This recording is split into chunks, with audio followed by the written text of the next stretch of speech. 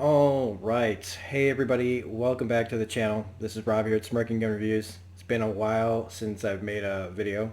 This is actually the fifth try at making a Handmaid's Tale Season 4 review for episodes 1 through 3.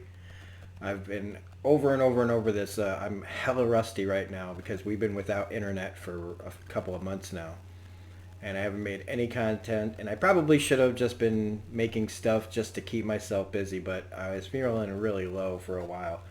But I was determined to come back and do these Handmaid's Tale reviews because I owe a lot to all of you that subbed and followed and shared because of my Handmaid's Tale reviews way back. And I was standing up and I was TV and I was ranting and raving and even when I was doing it in my bed, I was ranting and raving. And the other takes were full of a lot of rant and raves. I don't know if we're going to get to that here, but I know that basically at this point, hardcore fans have already watched all 3 episodes. Maybe you've been parceling it out to space it out till next week, or maybe you haven't watched it at all. But I'm going to try to do my best here, again being my first video back, to talk about what we've seen so far in these first 3 episodes. Now, one of the things, and again, if you like what we're doing here on the channel, even though we haven't done anything for a while, please hit the like button. Don't forget to share these with people that are also interested in this topic, and subscribe if you're not a subscriber. Let's get to 2,000 subscribers this year. I'd really like that. So, Season 4 of The Handmaid's Tale. It's been a year and 8 months since we last left June in the woods. The 86 kids have gotten away, and now she's got a gunshot wound. This first episode really, and the second one especially, until the end, started to send us in a direction that I really do think that this show needs to go in. Which is starting to end this. Or at least starting to feel like we're ending this, and starting to feel like we're getting some hope, and we're going to start fighting back. But as we see, as the end of episode 2 comes, and even no matter what you may think of what's happening at the end of episode 3, I feel like we're just back to what we're used to, which is this unending train. I didn't need train. That's funny. Of human misery that The Handmaid's Tale is.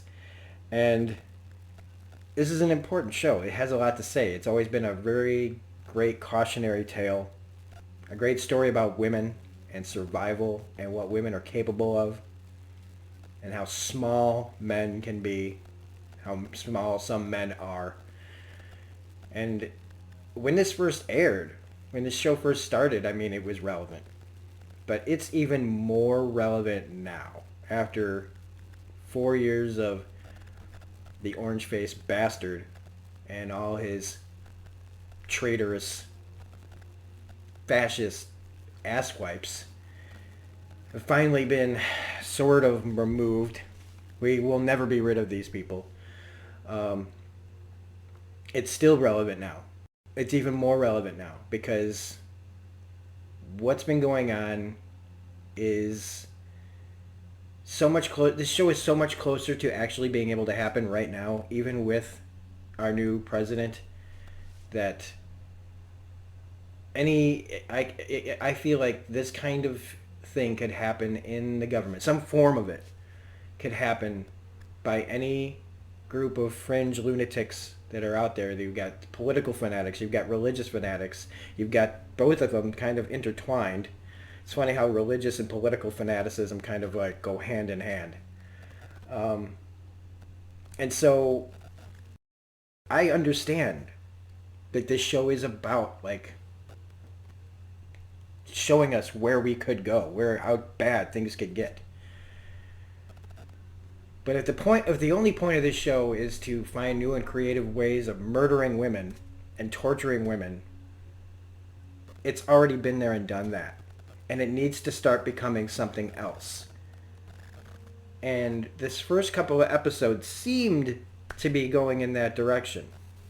You have to deal with what happened before. So we've got, June with a gunshot wound, and we've got, thankfully, the handmaids are there, and she's not in custody. The first glimmer of hope I saw, which was she's not back in custody. She's not back being tortured by Lydia and the commanders and all the other horrible, horrible, horrible ass hats that these men are.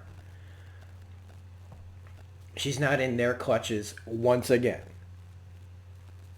And we get to the farm where we get introduced to a new character, which was really great. McKenna Grace is in this as Mrs. Keys. And she's a very interesting character because at first I thought she was going to be the obvious liability character. The one that's so gung-ho, the one that's so ready to fight, the one that's going to just be rash and unthinking and get everyone in trouble. And instead, what they do is they explain why she's this way. And when you hear her horror story, again, you just put it on the pile. Put her horror story on top of the pile of horrible, horrible, horrible stories we've heard now over 3 seasons on this show of men being terrible. And they, look, they say it's funny because it's true. Well, it's not funny because it's true too. But this is now about a kid. She's a little girl. She's a child, and we hear this horrible thing. So no wonder she wants to just... She's been waiting all this time. She's been waiting for May Day. She's been waiting for June and all these people to get here to start the revolution, to start the resistance, to start fighting back. And so through her character and June looking through, kind of seeing through her eyes and learning about what everything is going on and waking her up, and with the capture and the death of the man that they get, we start to see that, yes, we're going to be taking on these men. We're going to slowly but surely start fighting back and taking it to these people. And, you've got Serena and Fred captured in Canada, which their plot line really doesn't go anywhere in these first 3 episodes, so we might as well just talk about it. They're just being Fred and Serena, except now we find out that Serena's pregnant. Which is almost laughable for a plot device, but I see why it's in there. All this time you've been doing all this stuff because these women couldn't have kids, and now after all this, is this supposed to be again the mark towards Serena's redemption? Even though, like I've said before, she's like Queen Cersei in Game of Thrones. I don't care, except Cersei never gets redeemed. I don't care how redeemed Serena gets. Some of it you have to pay for the choices that you make in this world. You can't blame everything. Serena can't blame everything on the men. She was standing there hand in hand. It's like Nazi sympathizers. It's like people that said, oh, I was just following orders. Fear and all that. Like, if I didn't do it, they'd kill me. Well, maybe you should have died. That kind of thing. I don't have any sympathy for Serena, other than she's finally seeing Fred for what he really was all the time. When she talks about him getting a taste of power, she was fooled into believing that this person, cared about it. And that's basically all her and Fred get. They bitch and they back and forth, and he talks about how they made a little tiny chapel in the airport. I think it's an airport that they're at or where they were at, and it's like they made God small. And it's like, dude, it's an airport, not a church. Okay? It's not like churches make room for airports.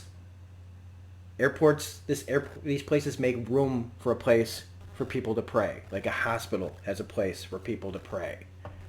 They make room for these people because they feel like it's a kindness. So the fact that you have it should be considered a victory.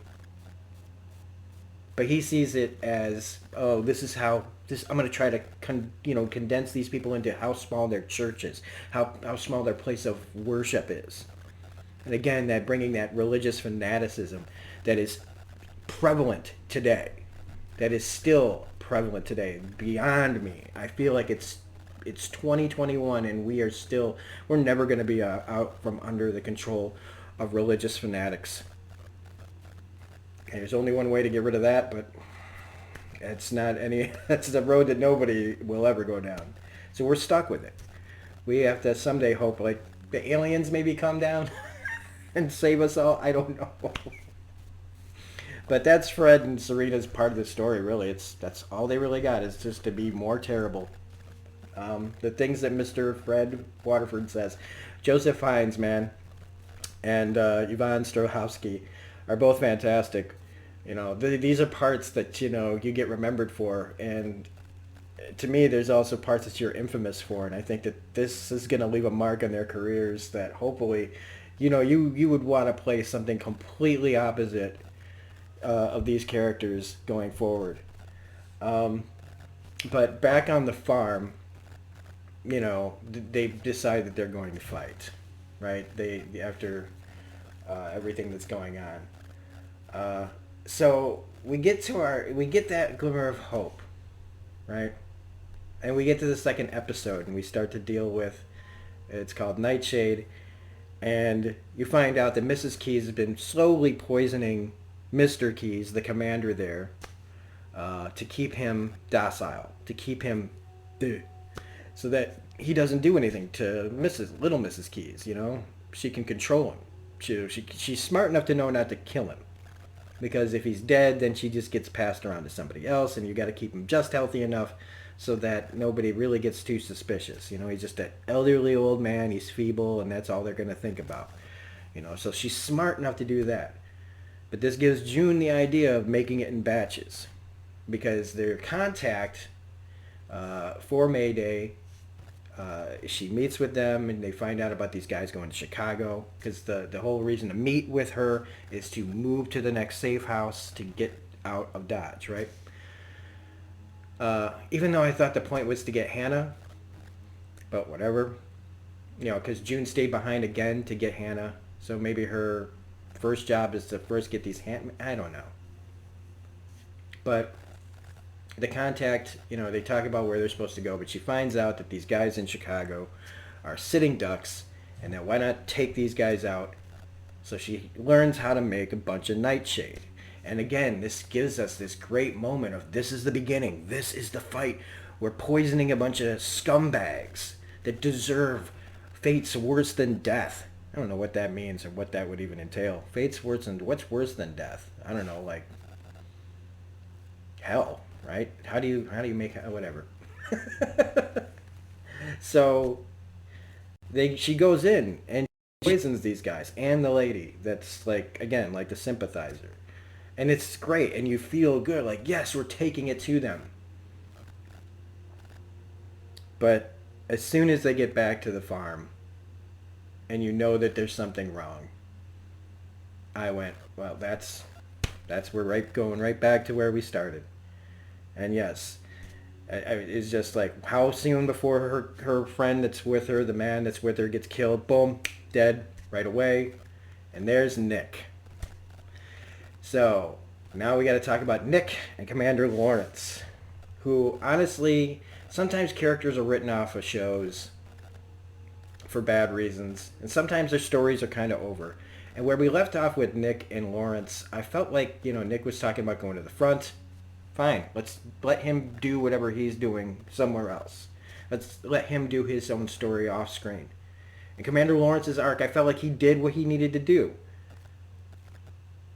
But instead we bring both these characters back to, one, for Nick to be working even more adamantly with Gilead, to be even harder, and now to be able to be delusional enough to sacrifice anything to keep June alive, even for, because again, is she just another possession? Does he just need to own her? I know he says he loves her, but like, if he really loved her, he'd let her go instead of pursuing her like this. If he really loved her, he'd be sacrificing himself rather than doing this. He's a coward, in my opinion. And Commander Lawrence, as we've seen, as much as he's been kind of done to try to change some of the things he's done, he's still a coward too. But I thought we were done with him, but now they're back, and he's, because he's a man, I guess. I don't know that they've forgiven him. I also, because I know he's the architect for a lot of this, but bringing him back to just say, hey, you can be a consultant, but we need you to convince June to tell us where the handmaids are once they get her, just felt like unnecessary, because it was just felt like more, it's like a different kind of torture porn. It's like mental torture porn. And nothing works, of course. You know, you can torture June. You can throw other girls off of buildings, which I do really think that that new torturer is played really well. The guy who likes to giggle and laugh and pretend that everything is cool and fine while he hits you and tortures you and pushes people off of buildings. He's an you know, it's just an interesting dark character, and I keep trying to remember where I know this guy from. He usually plays like just like doctors and politicians and stuff on shows. Um, but then they bring in Hannah, right? They put the Hannah thing out there, and she's like, well, they'd never hurt a kid. And the first thing I thought was, well, you should never just automatically think they never hurt a kid just because their society says that, you know, they want children. So again, I'm not a parent, but I don't know what I would do for my kid. So for me, sitting here watching her give up her friends who are out there hiding, afraid for their lives, just trying to make it through another day as they hopefully can make it out, she gives them up. I can't judge this decision because I'm not a parent. But if I'm those other girls, I would never trust another thing June said ever again. Anytime she would ever say, I have a plan, we're going to do it, we're going to get out. But then the writers in the end of episode 3 cleverly figure out a way for that to never have to even be worried about. And by clever, I mean, I'm really kind of pissed. So June got back into custody again, so it's wash, rinse, repeat. Again, over and over and over. She's back in the clutches of men who want to do horrible things to her and all her friends and bring everybody back so they can get things back to normal and fix the Gilead that was so they can become the Gilead of the future. And we haven't even gotten to Aunt Lydia yet, who, as much as I know my fellow YouTuber that I really enjoy over at Always Watching hates Aunt Lydia. I'm like, yeah, I hate Aunt Lydia too. But I love Aunt Lydia at the same time because it's all about the performance of Ann Dowd, who is just such a phenomenal actress that every time she's on screen, I'm worried about what's going to happen. But she's complex, but she's also in desperate need of a new arc. And from what I've heard about the newest book, it sounds like that's what what they might get to, and you can see glimmers of it here when June is calling her out, saying you failed your girls. And I don't mean like she would have some kind of redemptive arc. More likely she has her own ideas of what should be going on, and maybe eventually would have some kind of fight back against the men, but not for the reasons that anybody would really want. But Ann Dowd's stout, just her absolute delusion and her absolute faith in what she's doing is right is stronger than the bullshit. She actually believes this. See, most of these men, they don't believe dick. They just like to have control and power over women and the rest of the world. And they like to fuck and drink and do drugs and do anything that they want to anyone they want. And then they use the power of this belief, right, that fuels them, and they can all stand there and try to look at themselves in the mirror. But most of them probably don't even believe in any of this. But Lydia's a true believer. And that, I think, could end up biting them in the ass in the end. So as much as Ann Dowd is horrifying, she's absolutely, I can't look away from her. I can't. Because a lot of times this show dares you to keep looking.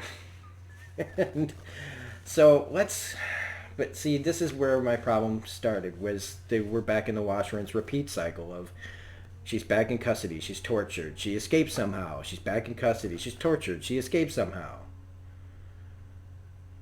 Now we do have the added thing about them talking about a breeding colony, which is another horrifying concept. They already had the slave labor, and then they had the handmaids, and they're just taking the two. They're like making, it's like the how Reese, like uh, how Reese's peanut butter cups were invented.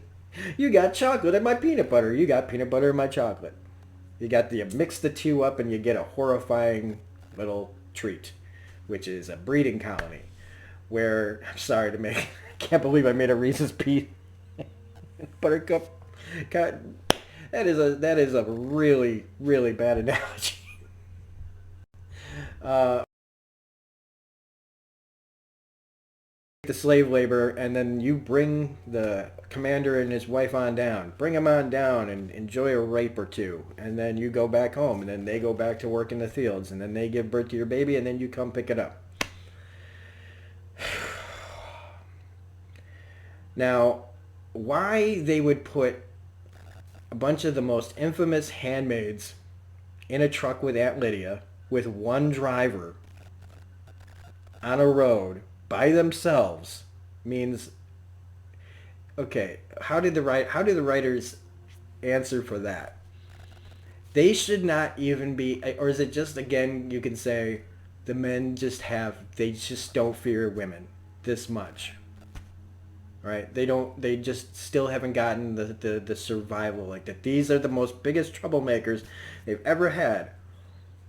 So we'll just let them go with just one guy and a gun and Aunt Lydia and her cattle prod. I did really like the Radiohead song they threw in here. But the guy, of course, they stop at a train stop, which to me was like, that is the farthest I've ever seen a car parked from a stop in front of a train I've ever seen. So, of course, you get that great moment, that tense moment. The guy goes out to take a leak because, plot. And they have this, like, moment where Aunt Lydia realizes, oh, shit, I'm in a room all by myself with a bunch of girls that hate my guts. And they overpower her, and June almost kills her. And, of course, she doesn't because plot. She should have jammed that cattle prod straight into her fucking eye. But no, because plot, we need to keep her around. Even though anybody else, man, in real life, that bitch would be dead. Pardon my French.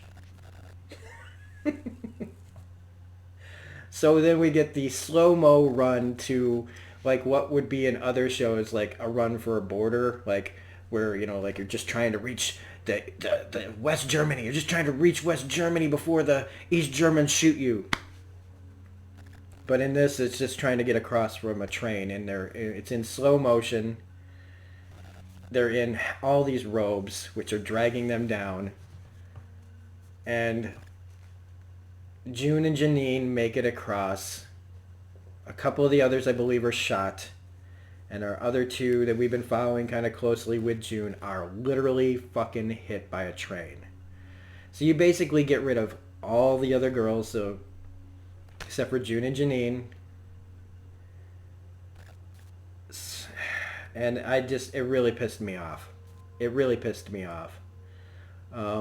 Because I just, like, at that point I was just feeling like, what is this? What are we trying to do? What are we trying to say here? We've been saying it for 3 seasons, now we're in 4 seasons, and I know that one of the motifs of these 3 episodes is, and they keep saying, is better to die on your feet than live on your knees. But I don't think we really have to, did we really have to sell that metaphor that hard by just, and having all four of the 6 girls, I think there were, annihilated. And so I was really bummed out by that. And it just feels like, okay, so what happens when the train goes? It's not a 700-mile train. All the guy has to do is get back in the truck and call the guys, and how far are they going to get? How far are they really going to get? there were some funny things. I loved when Janine said "Red Leader standing by." I thought that was good. You got the kids. All right, we can't forget about the 86 children that were freed. That all this was, for um, dealing with brainwashed children who know Gilead more than they know the real world, the normal world, whatever normal is now. I thought was done pretty well, even though that the aunt of the kid, uh, Asher, was really written to be way over the top in her. I don't understand. Like, dude, like she's an ignorance for ignorance sake. To not understand what the level of brainwashing this kid's been through to show that the rest of the world just truly doesn't know what's been going on. Um, the Canada stuff really, it's just more of Luke not knowing what to do. And that's all he's been able to do in the entire series, really.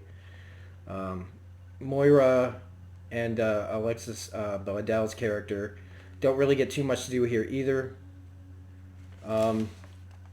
Trying to think of anything else that I could really talk about before I end this. Uh,